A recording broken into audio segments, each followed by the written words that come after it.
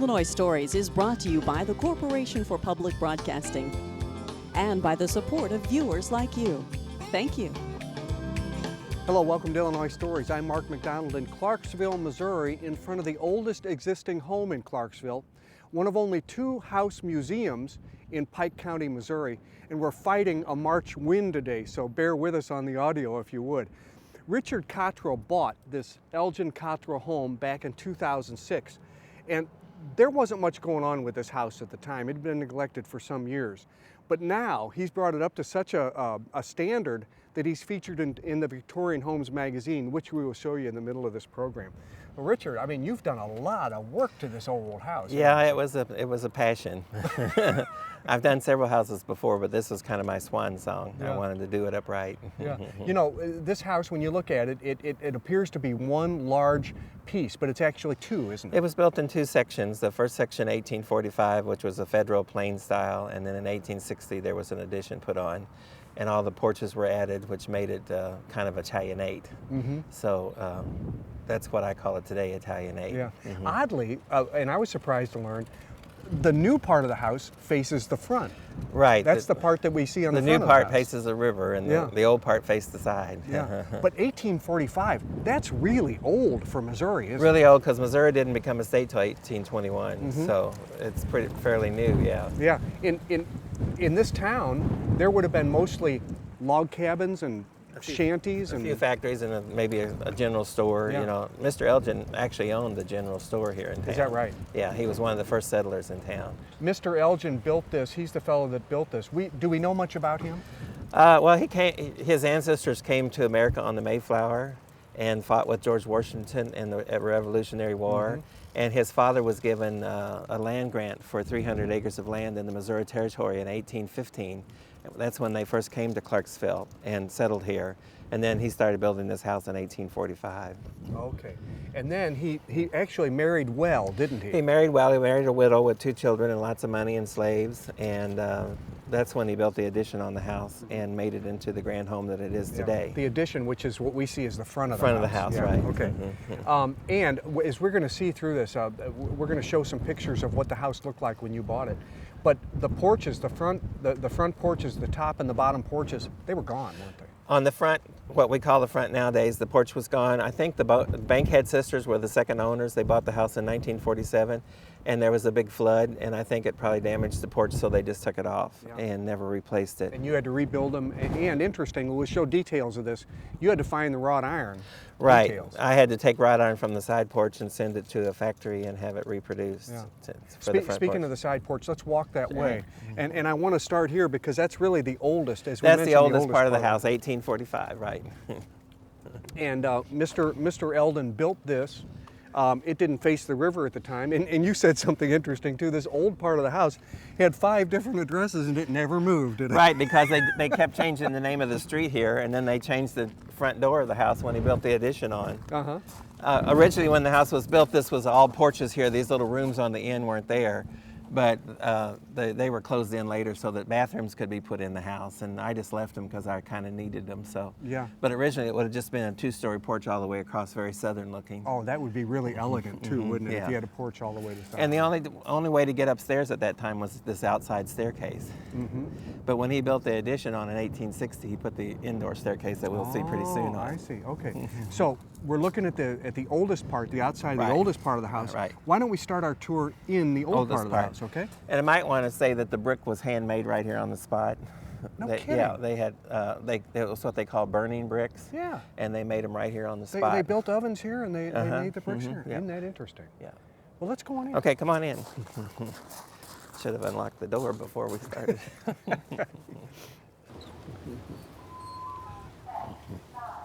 Oh, I hear your security system, Richard. Yeah, talking to us. There's so many doors in the house that I Yeah. had those put in so I know which door I was don't open. blame you.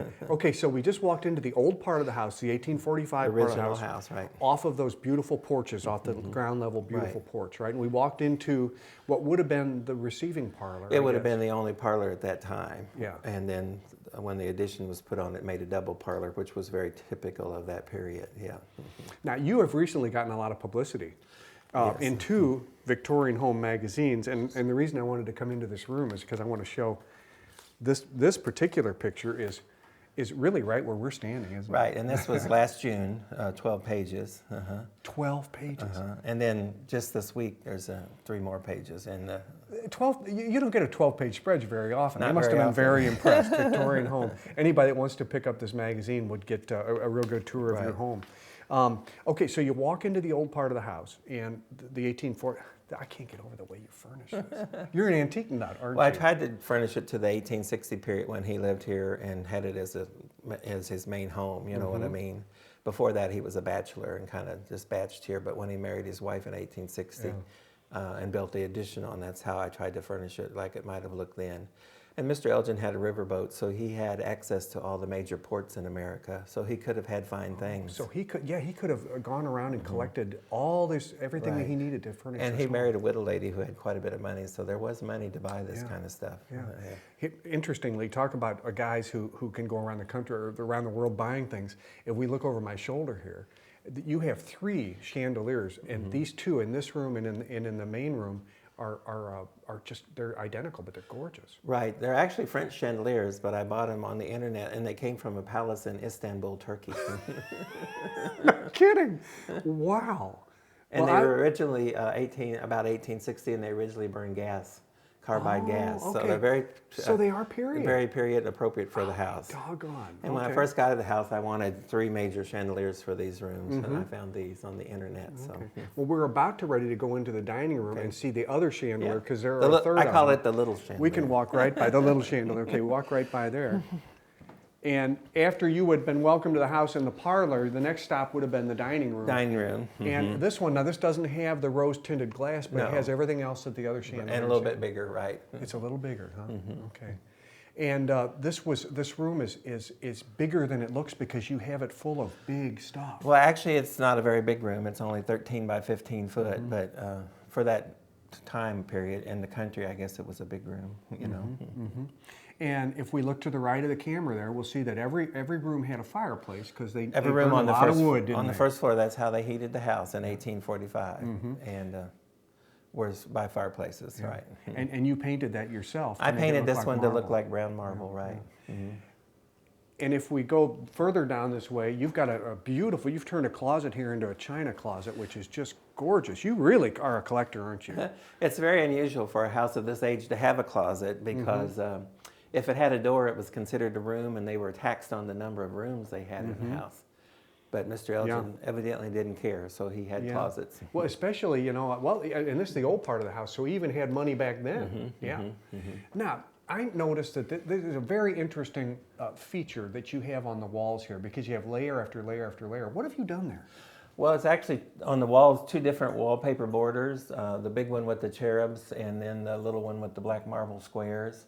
And then I added a gold leaf wood trim between each one, which kind of gives it a 3-dimensional effect. What I was trying to do was create a cornice look because the house did not have coal moldings or cornices. It was rather plain, so I wanted to dress it up somewhat. And did you gold leaf that you hand painted that gold leaf? Yes, I used the gold leaf tissue and hand transferred each piece. Wow. You've been a busy man since 2006. This is fantastic. I did a lot of footage of that. Oh, wow. Let's go into the kitchen. Sure, come on in. I'll follow you.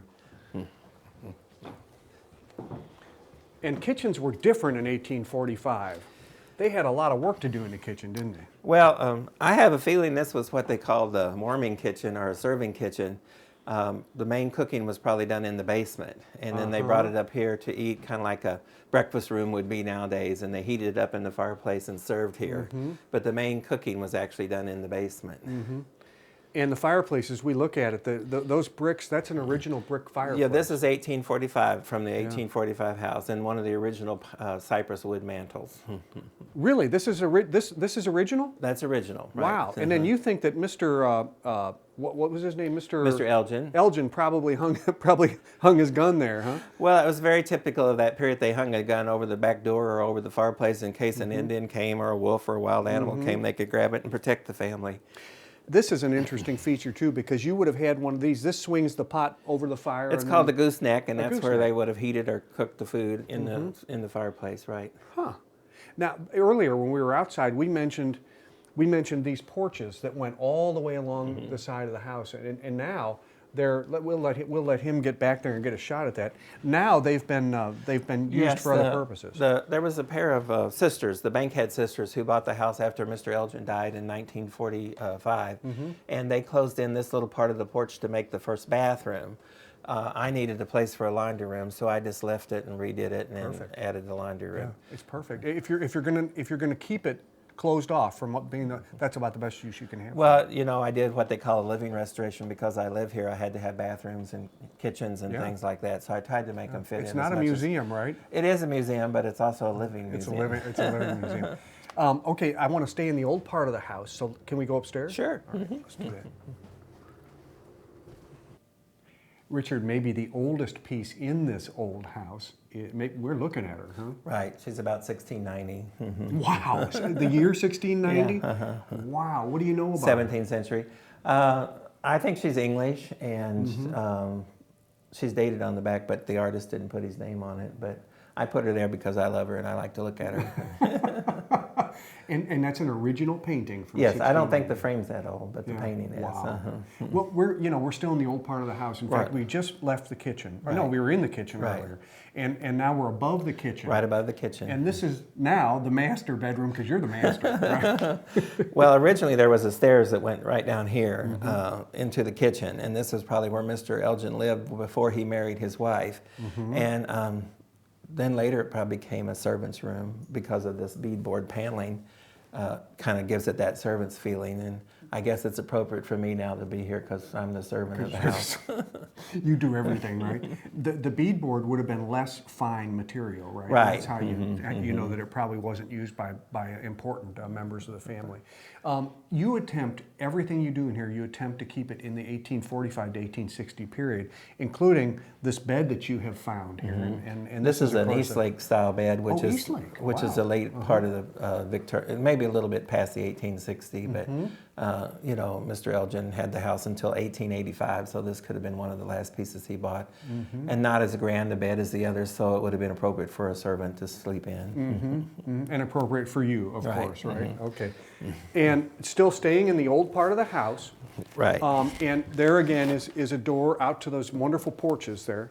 So each bedroom would have had a door to the porch. Each bedroom had a door to the porch. For originally, that was the only way to get upstairs was from that porch, and then later it made for cooling the house really nice in the summer because there was a nice ventilation if you open the doors and the windows. Yeah, you get a nice breeze going right through there, and it would be sort of the river breeze up and down the river, which is the way the breezes would come. Yeah. And when Mr. Elgin lived here, this was probably his children's room, maybe his daughter, stepdaughter, and the other one was his stepson, and then the maid or servant or slave, whoever he would have had at that time would have been back here, and she would have looked after the kids. When you bring tours through here, people are impressed with this bed, aren't they? Right, they like this bed. This is a Renaissance revival bed, which is actually about 1860. And it's walnut, and it's about 8.5 foot high. Wow. And you know, the tall headboards were used to put mosquito netting over, because they didn't have screens in those days. Yeah. So they put mosquito netting over you at night so the bugs wouldn't eat you up. And that kept it out of your face, that tall headboard. I'll be darned, I never heard that before. That's interesting. Now that's a beautiful piece there. You don't know where that came from by any chance, do you? Well, I know where I got it. At an antique shop in Palmyra, Missouri. But I don't know where they got it. Wow, that is a piece of work there. Okay, well, and we could go one more room over, and still, of course, I'm still staying in, the old part of the house is pretty big, wasn't it? Yeah, this is the last part of the original house. This would have been, and again, this would have been a bedroom. A bedroom. And again, a door to the outside. To the porch. And there would have not been a fireplace up here. There was a flue hole behind this bookcase here that they would have put a wood stove up in the winter to heat this room. And then there's a closet over there, which again is very unusual for this period. Because you had to go from room to room back here, I chose to make this like a library, so you wouldn't have to go through bedroom, bedroom, bedroom. And the bookcase that we were just looking at, that the stove, where the stove would have been, that's another period piece. That's what they call American Empire, about 1845. So it would have been maybe part of the original, something that would have been here in the 1845 period. What's she doing? Well, she's French, and she's a flower peddler, and she's what they call an automaton, and you wind her up and she... Is she period also? She's period. She's probably a little bit older, about 1820. And wow. She moves and she makes a little music. She's going to offer flowers. She works on the what makes her work is a music box mechanism and a bellows. The bellows is what makes her move. Oh, be darn. And she's selling those flowers, isn't she? This is one thing that all the tourists like when they come to see her.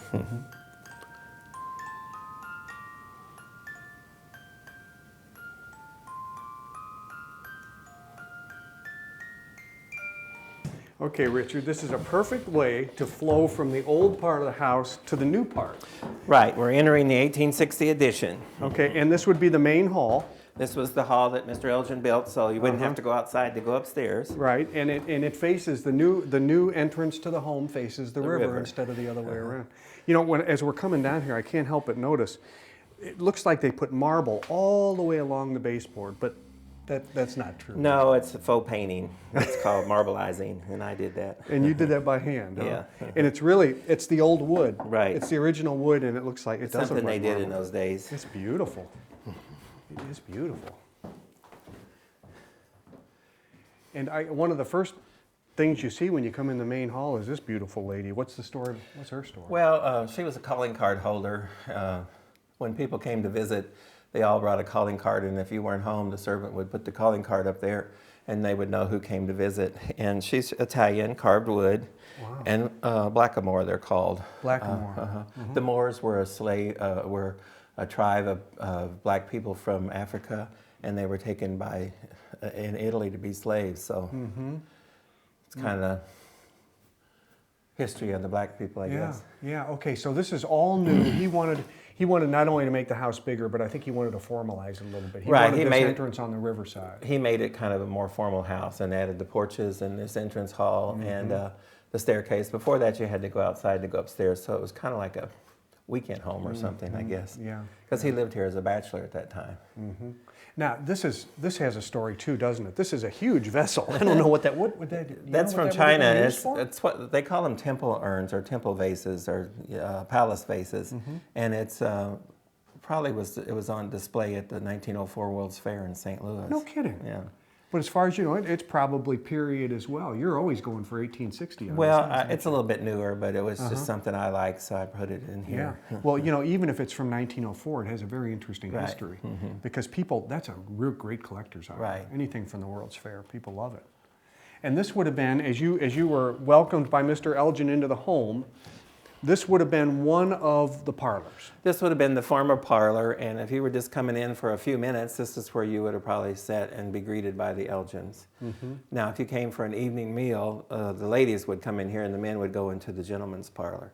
But if you were just coming in for a few minutes to have a meeting, that you would probably be seated in here. Yeah, by this the would be servants. where you'd be welcomed. You know, we talked about this addition. He really liked being able to see that river because this room has these floor to ceiling windows. Yeah, the windows are they're 9 foot tall, and they raise up, and you can stoop down and go right out onto the porches. How neat is that? Which was a nice thing for cooling the house in the summer, but it wasn't the best for heating the house in the winter. No, it wasn't. That's for sure. But it also really, I mean, it gives you a view from every angle too. It's gorgeous. The fireplace. We keep talking about the fireplaces. They needed those fireplaces to warm. That's how the they house. heated the house. And this is actually an Italian marble one that Mr. Elgin bought and put in when he built the 1860 edition. It's exquisite. So it's real marble. And you didn't have to do anything. I didn't have to saved do you it. a little bit of work. Just clean it up real good, yeah. It's really, really pretty. I noticed over there too, you've got humongous mirrors in here, and that one appears to be built in.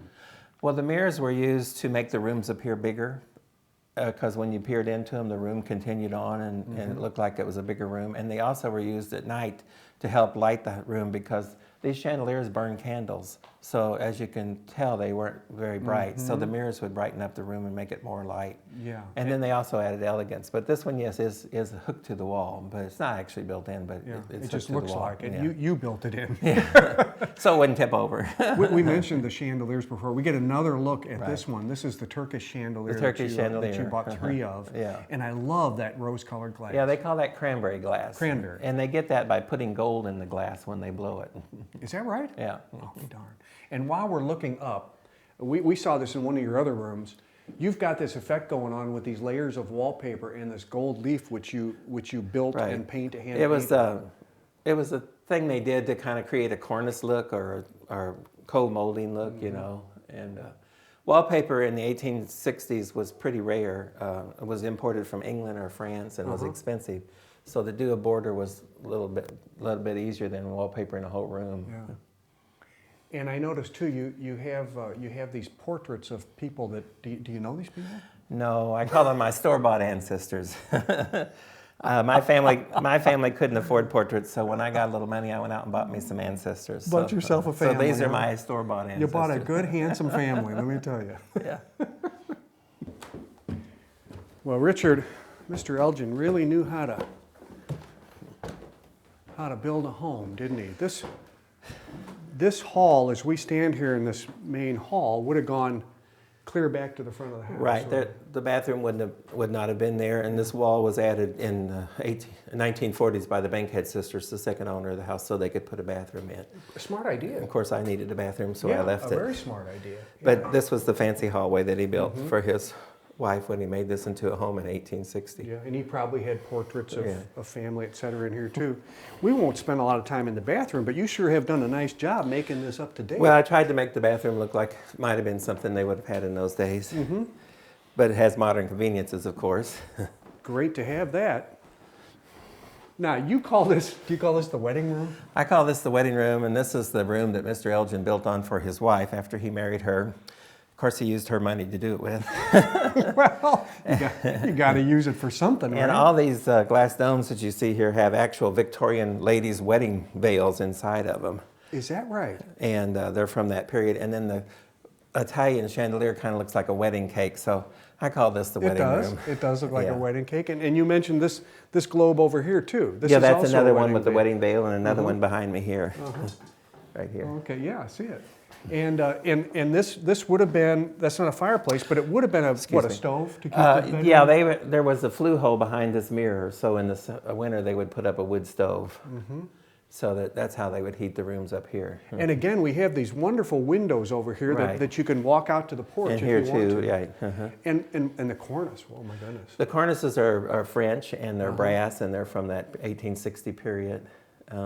And this wallpaper is my most expensive wallpaper. It's a French handmade wallpaper. Wow. Yeah, and again, you did the gold leaf. A gold leaf trim, right. Yeah, just gorgeous. Just gorgeous. Boy, you have really put a lot of effort into this, and it shows. Richard, the view from up here is just great. Yeah, and you have to realize that when the house was built, none of this stuff over here was there, so all you would see was the river. Yeah, and you're looking just straight down the Right. river. Really a good view, and you'd almost always get a breeze up here, I would think. Yeah, this is a nice place to sit in the evening. Yeah. When I come out here sometimes at night, you can hear the river slapping up against the bank, so it really makes you feel like you're living on the river. We mentioned how when you found the house, the porches were gone. Well, these porches were here, this porch and the porch below, but they were very old, bad shape, so I had to tear them down and rebuild them. Yeah. So, but the front porch was totally gone, so we had to build it from scratch. And one thing you had to do was you had to find or make this wrought iron because you only had a little bit left. Right, so I sent it to a company in Texas and they reproduced all the wrought iron.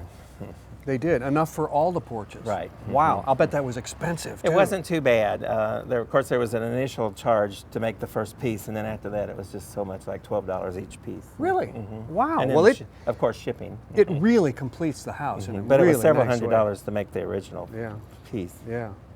Well, I want to thank you for this tour. Well, thank you okay? for coming. Thank I you, hope Richard. I hope Yeah. people will come and visit. Well, yeah. As a matter of fact, Richard would like to remind you that this is a living museum. While he lives here, he does welcome groups in to tour the house. And you can do that by calling one day ahead and making a reservation. There is an admission charge. With another Illinois story in Clarksville, Missouri, I'm Mark McDonald. Thanks for watching.